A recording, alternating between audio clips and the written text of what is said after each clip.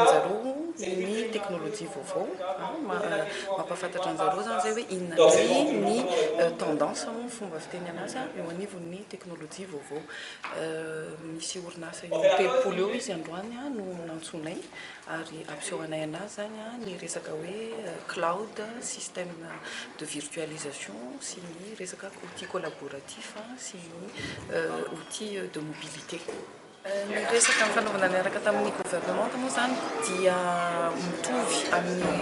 fionana tamin'ny secteur privé ihany koa hoe Microsoft dia afaka manampy ny gouvernement mba hanatsara zany ireo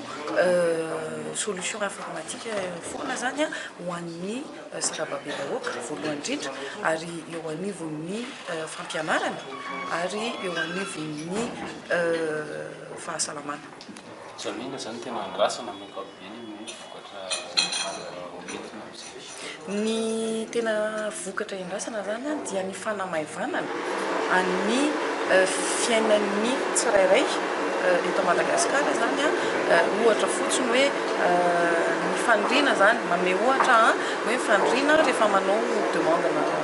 acte de naissance ohatra dia tsy mila makany borontsony fa eo anivon'ny